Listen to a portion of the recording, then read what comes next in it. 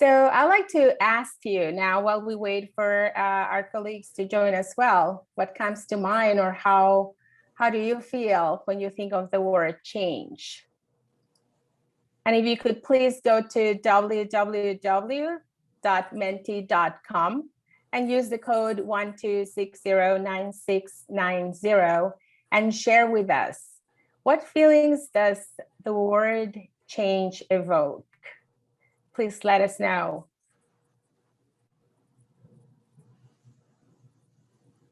We'd like to see some answers here.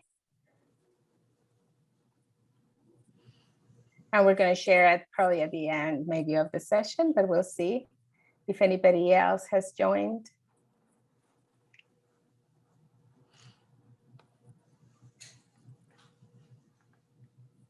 Well, I love the first word that came to the board, which says exciting. Somebody that loves change is very passionate about it. So you can just share 3 to 5 words. We haven't. So just feel you can do it. Oh, I love this. Growth, transformation, new beginnings. That is wonderful. Okay, so let's continue now. Oh, we have more coming. So many positive words that we see in our team. And I like that. Please continue just sharing words and sharing what feelings and what thoughts come to your mind when you think of change. And well, we're going to start, and let me introduce myself. And my name is Alejandra Enriquez Gates, and I participated in this project as a program manager for the Building Leadership for Change Through School Immersion program with the Kingdom of Saudi Arabia. Hi, good afternoon. My name is Felicia Oliver, and I serve as a math coach for the ASU Preparatory Academy on 2 campuses. During the time frame, I was working 2 of the campuses, one downtown Phoenix and the other on the south side of Phoenix, as ASU's math coach, K through 8. Thank you, Felicia. So in this presentation, we will share the experiences of an international professional development program at ASU that supported the educators from the Kingdom of Saudi Arabia to cultivate relationship with our local Arizona schools. And this community collaboration paved the way for educators to build professional networks that impacted students locally and globally. I'll share an overview of the the program, the Kingdom of Saudi Arabia program, Building Leadership for Change Through School Immersion. So on July 15, 2019, the Mary Lou Fulton Teachers College at ASU welcomed 60 educators from the Kingdom of Saudi Arabia, including principals and supervisors, counselors, content area teachers. And these educators were here for a year-long journey. And they learned about American culture and the American educational system. They improved their English language skills and were immersed in schools, 7 wonderful school district partnerships that we had. And they opened their schools to that possibility of hosting international educators for 1 semester. So the Saudi educators were assigned to 25 different schools all over the valley. And that is a part of where their transformation and change took place. So in order to become agents of change and meet the 2030 vision goals that when they return to the Kingdom of Saudi Arabia. And the Saudi Arabia Vision 2030 mainly is focused in reducing Saudi Arabia's dependence on oil. And they want to diversify their economy and develop public service sectors such as tourism and health and education and infrastructure and recreation. Also, and one of the most important goals is to invest in the future of their country and by improving and innovating their schools. Some of these goals are very well aligned to what it is that we do at ASU and the Mary Lou Fulton Teachers College. So everyone in this cohort was exposed to inclusive services and inclusive practices. And we had representation in this cohort from special education teachers and principals and elementary and middle school teachers that were very interested in seeing how we offer inclusive educational services. We also offered workshops, and some of the teachers were working in the areas of our arts and innovation and design and focus on Genius Hour projects during this cohort. And they were able to see how the American education system has critical thinking and problem-solving skills embedded throughout the different grade levels. And also the teachers and principals and all the members of this cohort were able to focus and learn about quality in pedagogy and assessment, formative and summative, and learned about standardized testing as well. For this experience, Saudi Arabia selected 60 educators representing most of the 13 provinces and urban and suburban school communities. The age range was between the ages of 23 and 40. That's a very, very young group of educators, amazing educators, very enthusiastic and motivated to learn. And although there was no minimum age requirement, there was a requirement of a minimum of 5 years of experience in their field. And I will share just a little bit about how the program itself worked. It included a number of components that helped the international educators have a more rounded experience and all the elements that they needed in order to become agents of change after just 1 year, and including in very authentic experiences in school immersion. First of all, we offered an orientation. As I would say that the moment they landed, they started learning about American education system, ASU, the Mary Lou Fulton Teachers College, the Center for Advanced Studies in Global Education. We, of course, wanted them to feel at home and feel welcomed in this year-long journey. They were here, most of them were here with their families.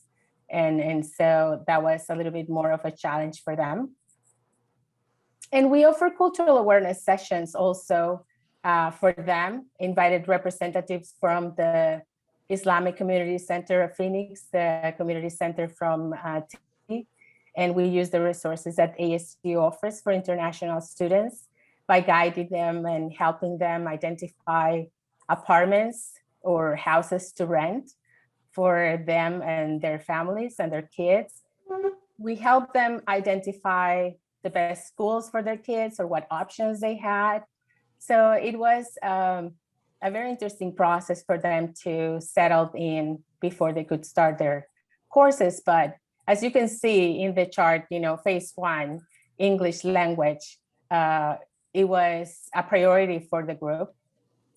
They learned reading and writing and listening and speaking, and they developed research skills and study skills in order to be successful in all the different phases of the program, because they would be attending meetings and working with parents and students and other administrators, and they really needed that English component in order to have a very positive professional and personal experience. The phase 2, that was also part of the program, it was more of applied workshops for, depending on the role that they had. If they were principals or supervisors, they may have received certain workshops. If they were teachers, content area teachers, they may have selected different workshops as well. But they all received change leadership sessions and growth mindset and the integration of technology and many other tools that will support the roles in the schools. We have phase 3, which is the school visits, the school immersion. I'll talk about that a little bit later. And we also had the phase 4, which was each one of them had to design and develop an action research plan that would be implemented upon return home to Saudi Arabia. So that's another process we will discuss a little bit later. And the phase 5, during the phase 5, all of them would be presenting their action research plan to a group of panelists leadership members of the school community and the college, and some friends and family as well. And the phase 6 is the only one that does not or did not take place here in Arizona or in the US. So there's something that's still taking place or may have taken place already once they return to their home communities in Saudi Arabia.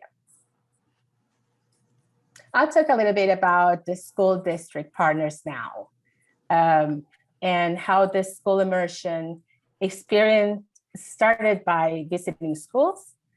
Some of them had never been to the United States. Some of them had never seen what an actual classroom or class looked like. They may have seen probably movies, or they may have seen videos on YouTube. So the best way for us to think that the immersion should start was by visiting schools. So they had the opportunity to visit schools from K-12. So they visited elementary schools, middle schools, and high schools. They also visited classes, and they had time to do micro visits and micro observations, and have a little bit more time to reflect. We had activities for reflection on those observations, so they got a little bit more familiar with them. And here you can see some of the sites that we visited. They were distributed all over the valley once they were in their school immersion. Once the matches or the mentors were identified, from South Chandler to North Scottsdale to Phoenix Union High School District to South Phoenix in ASU Prep. So their experiences were very, very diverse and very rich. And but from the beginning, when we were having the school visits, they started having these amazing experiences as well. Now, something that we offered the school districts this year, and we have learned from previous cohorts of other programs that we've received, how it is that we've offered school awareness sessions to usually the international educators. But this is the first time that we decided and we realized that we needed to offer school awareness to our school districts. So developing the cultural competency, which has been a very valuable for our school community and for our team, was definitely a very good decision. We talked about cultural values, we talked about traditions and practices and their educational system, and we were able to create that empathy for the integration and the inclusion of the international educators as part of their teams. And here we have some smiling faces from our ASU faculty mentors. And we had district mentors and we had faculty mentors. So we had some members of the team that were, each ASU faculty mentor was assigned 5 of the international educators to support throughout their one-year journey. And their support was academic support, and then they would also guide them in their action research project. But once the pandemic hit, our team also put in place wellness sessions for them and how to make sure that their families were also doing well during this transition. And we also have the school district mentors. And I'm sure right by now you are probably just waiting for Felicia to share her part. She's an amazing school district mentor. And every single member of the cohort, the 60 educators, were assigned one district mentor according to their role and according to their experience. So every principal, every supervisor, every counselor, every content area teacher had one district mentor. And the district mentors were hosting the international educators for 30 hours a week, 4 days a week. And the district mentors requirement was that they had at least 5 years of experience, teaching experience or experience in their field, right? So, and Felicia will let us know a lot more about this. Yes. As a district mentor, I definitely qualified under the umbrella of the 5 years experience because I have over 10 years of educational experience, including both as a teacher and currently as a coach at ASU Prep. I was introduced to my mentee by, at the time, a principal by the name of Ms. Gross on the elementary campus of South Phoenix Elementary. I did not participate in the intro. However, as Alejandra had mentioned earlier, the program tries to match up a district mentor with a mentee based on their previous background from their country. And according to Faisal, his background was a supervisor of math teachers. So we were a perfect match based on his background and what he wanted to accomplish during his stay here during the session. Karen Gross, at the time, introduced to both of us. And later, I was also introduced to Alejandra along with another partner of hers that informed me of the nuances of the program and what it would entail having to have a mentee and represent as a district mentor. At the time, because of my job requirements, I was a little reluctant and thought about it. But once it was presented to me of all the positive aspects of it, I was really excited to embrace this challenge and opportunity. I learned a lot, and I will share more as we speak this afternoon. It didn't take me very long to make the decision to leap forward. I know that information was given to me in regards to cultural awareness. And once again, we bonded very well because of the personal effects that I have in regards to his background. And I'll go into that much later as an unintended consequence. Just like we had mentioned, because he was a supervisor in his country of math teachers, it felt very natural to have Faisal as my mentee because of the fact that every morning, 7:30, we met on the campus to map out how our day would play out. And basically, my role as a math coach allowed him to shadow me throughout the campuses that I was traveling between 2 to 3 campuses throughout the week. We would start out with how the day was going to go. We also debriefed at the end of the day.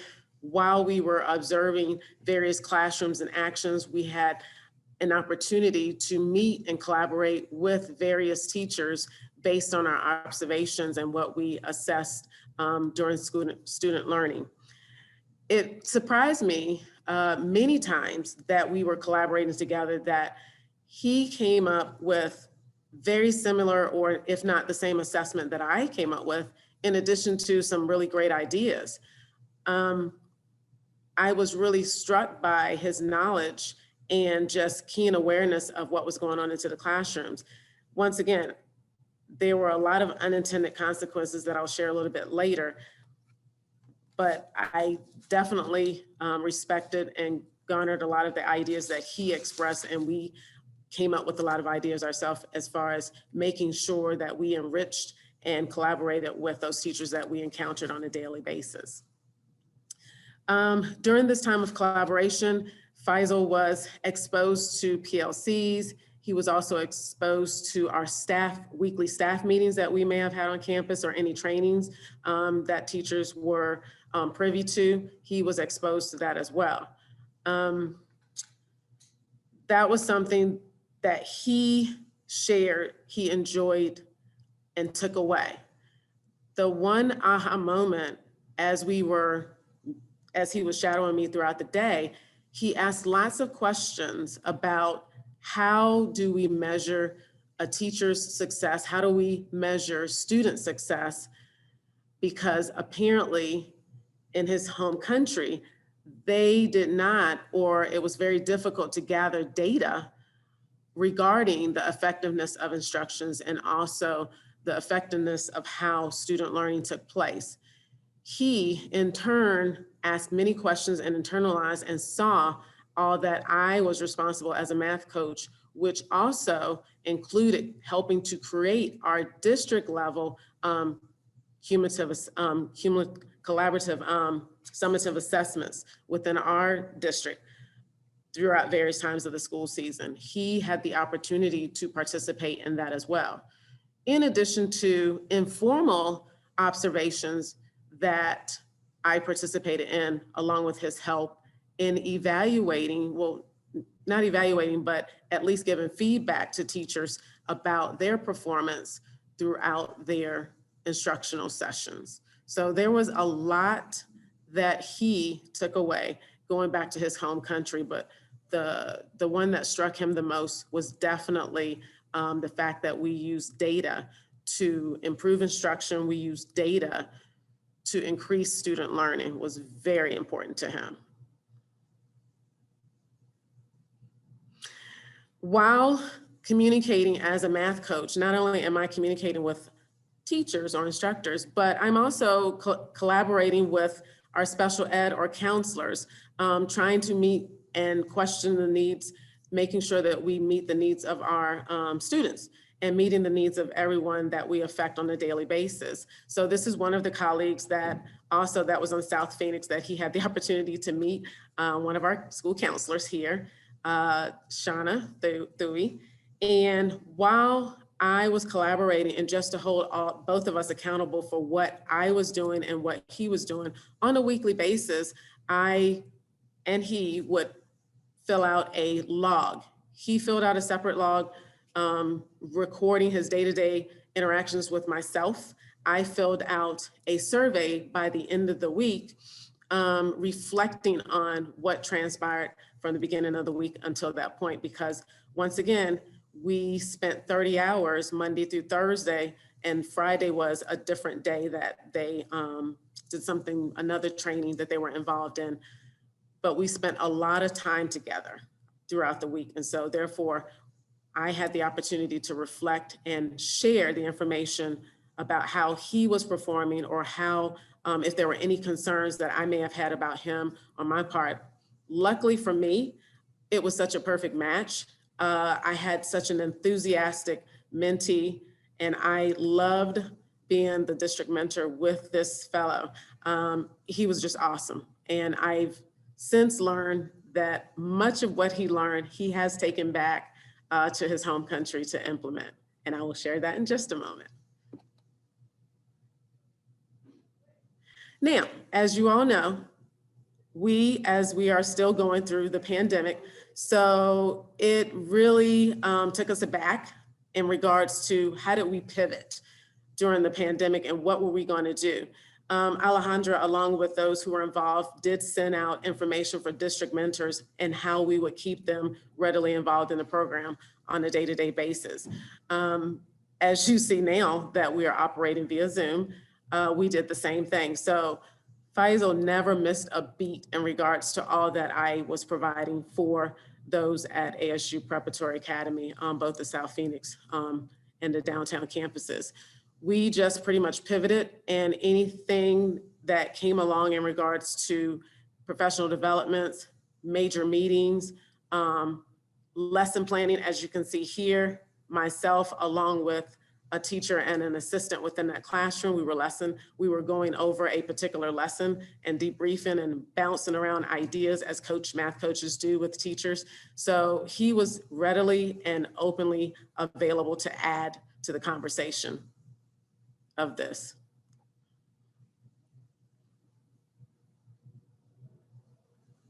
Now I hand it off to you, Alejandra. Thank you. So now here we have Faisal's action research project, and he decided to select the topic of common summative assessments for mathematics. And his research question was, how will implementing a common district summative test, 4th and 8th grade math, help school districts improve the quality of education? So, and I'll share the next slide so you can see what the condition was at the time when he made this decision. So what can you tell us about, did you know it was going to be this topic, or how did he show interest in this topic while while doing observations or in your conversations, or what can you tell us about this process for him? Okay, so once I discovered what his action research project was going to be, I now know I'm not surprised, because I was more surprised that his country did not have valid data or was not using data to influence or at least discover how students were learning or how teachers were instructing in order to improve that. So the fact is, we had many conversations where he would question what we were doing or how we were doing it, or where is the data coming from or going to in regards to the information. So that to me was a little bit enlightening, or very enlightening, regarding the effectiveness and what he took away from it, and saw that it was very important. So, and have you been able to be in contact with Faisal to see if he's had the opportunity to start implementing his action research project? Actually, I have. Believe it or not, that's one of the unintended consequences of this program, and that is I gained a global partner. I found out that leaving and going back home, he became a supervisor. Well, he was a supervisor, but now he designs the national assessments for learning mathematics. So I was elated to find that out. As a matter of fact, we talked not too long ago, as I shared with you, Alejandra. We stay in contact with one another in regards to what he is doing, although it's 10 hours ahead of us. We do talk and communicate back and forth. So I now have a global partner to talk about this area. That is amazing. That's really wonderful. And it's very exciting to be in touch with them once they complete their program and see how change really happens, right? You know, we help and we create that path. So now our team, the Building Leadership for Change team, it recognizes how critical and how valuable these collaborations are.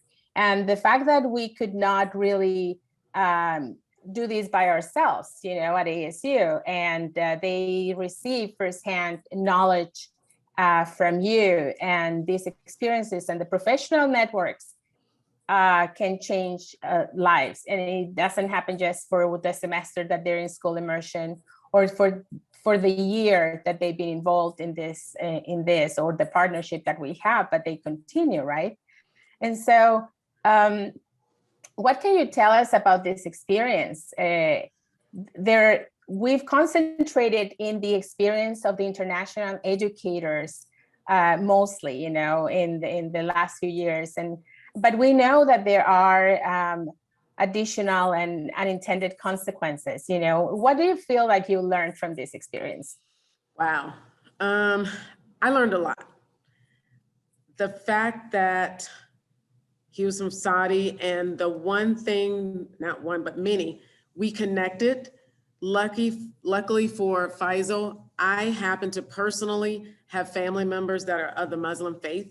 So when I shared that with him, and I forgot to mention that we also shared lunch and lunch gatherings where we debrief and just kind of find a little bit about each other from a cultural standpoint. And he discovered from me, from a personal standpoint, that I understood that there were times where he had to excuse himself, and he did not feel uncomfortable asking to do so, because he knew that I could relate to what his culture and the things that come with that. So that's where our bond came in to being in regards to the relatability factor. And that was definitely an unintended consequence. He asked lots of questions, and we somehow or another just clicked, and he was very comfortable with sharing his culture and vice versa. So, and that was professional, you feel. What about personally? Going back to that word change, because I know just personally myself, having that growth mindset, it opened me up to a lot of possibilities. First and foremost, I recall just personally, maybe being a little reluctant to maybe do some sort of exchange and going to his country and doing something very similar, I would be just definitely open to something like that. And we both agreed that if I ever came to his country to come visit, he would open me up with open arms. That's wonderful. I'm going to write that down. Take note of that. I'm taking note of that. I don't know if I should have said that. No, that is so good. No, you know, that's and good. so, well, the reality is that for us as a program, it was an unintended consequence is the fact that there is an indirect impact on the host participants. And that's something that we really didn't see before, or we were not focusing in that before. Mm-hmm. Now, our team and the CASG team, at the Center for Advanced Studies in Global Education, we're also focusing that we'll continue this collaboration and our partnerships with the community, because we see the value of this exchange and this learning. And so now we're not only focusing in cultural awareness and cultural competency, we are working together in a certificate in cultural proficiency for ourselves and for our community and the college, and also to share it and to offer it to our school partners, because we want them to understand what it is that we can accomplish all together, right? Yeah, and I think I took for granted that what all we do in the American educational system, that everyone else does the same thing. And I discovered while communicating and partnering with him that there are a lot of things that others don't do and they take from us, and vice versa. So that to me was a huge learning experience on my part. Yes, there's so much that we learn when we are just having conversations. There is so much that we also need to consider when we offer and we design this customized programs according to their needs and their expectations, but also this informal conversations sometimes, or just conversations that take place from these topics. They're so important, so insightful. In addition, I failed to mention that I did ask some of the students that I still communicate with and work with, do they recall their interactions with Faisal? And many of the students that are now have progressed on to the next grade level said they do recall him and felt very comfortable working with him. So I do think another unintended consequence is allowing our students to interact with those who are not like them, that are different. But we find out that the similarities when it comes to math is math. And that was something I also discovered in the conversations and observations that we had going from one place to another, that what we desire for improvement, they desired the exact same thing, whether it's asking those critical questions for critical thinking or assisting a student in solving a mathematical problem, which he was able to freely and felt unabashed at helping the students, and the students did not reject his assistance. So that was really cool.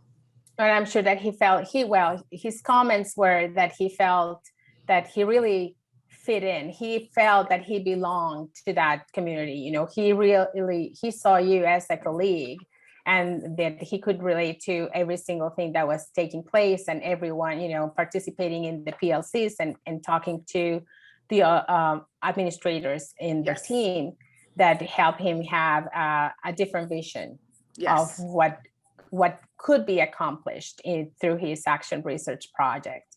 Mm-hmm. So one other thing that I wanted to share, is that our team is really working on research now, and our research to understand the impact that host participants have had, really mentioned how important and how similar they see now diversity. When we talk about diversity, we just think of differences, and many of the host participants or the mentors were saying there's so many things that we are similar at, and there's so many things that I just never thought of.